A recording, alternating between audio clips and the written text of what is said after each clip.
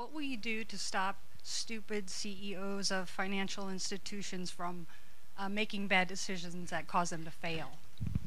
Well, we have plenty of regulations in place to do that. We have to have a government that will actually institute the oversight.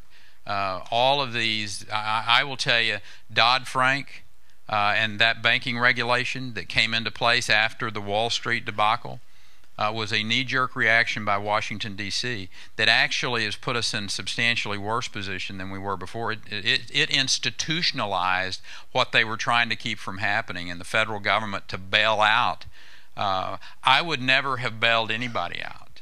When you make really bad decisions, if you are too big to fail, you are too big.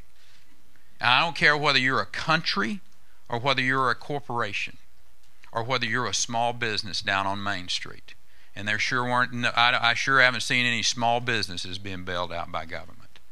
So my point is, there are plenty of regulations for whether it's Wall Streeters or whether it's corporate CEOs or whoever it is.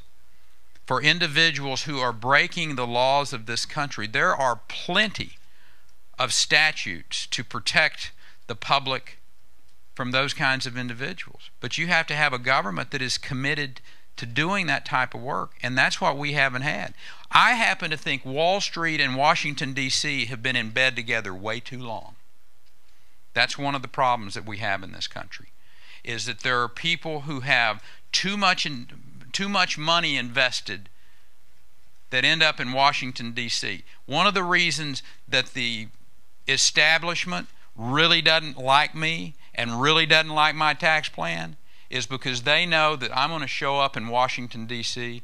with a sledgehammer, and they're not going to like it. And that's exactly what I think this country needs in Washington, is somebody that's not afraid to go in and to really crush that